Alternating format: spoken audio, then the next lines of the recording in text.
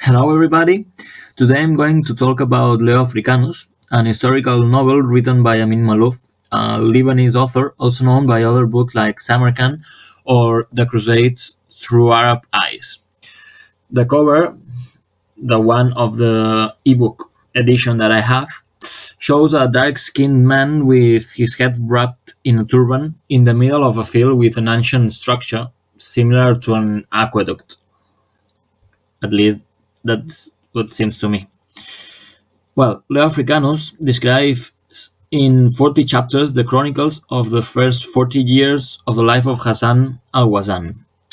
Through the adventures of this wise and courageous traveler, the historical novel recreates the era when Muslims were expelled from Spain and much of North Africa and Southern Europe was in turmoil.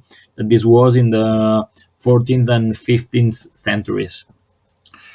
As a merchant or an emissary or for exile, sometimes, Hassan travels from Fez to Cairo to Mecca and by misadventure to Rome and the Vatican.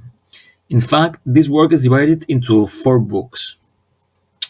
The first one is the Book of Granada, the second one is the Book of Fez, the, the third one is the Book of Cairo, and the final one is the Book of Rome. To be honest, when I started reading the book, it was a little bit difficult to read just because of the way it is written. However, when I kept reading the story, I got used to it and it didn't cause me any problem. In my opinion, even though it is a book that I have found difficult to get hooked on, I am finally satisfied.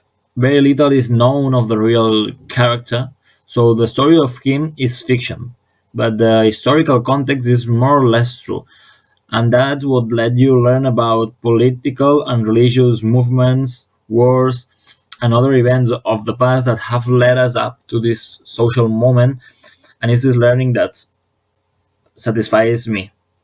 At least that's one thing that I usually look for on books or any kind of reading I can have. So I would rate it with 4 stars out of 5, I think, because it's not the best book I've read, but it's good enough.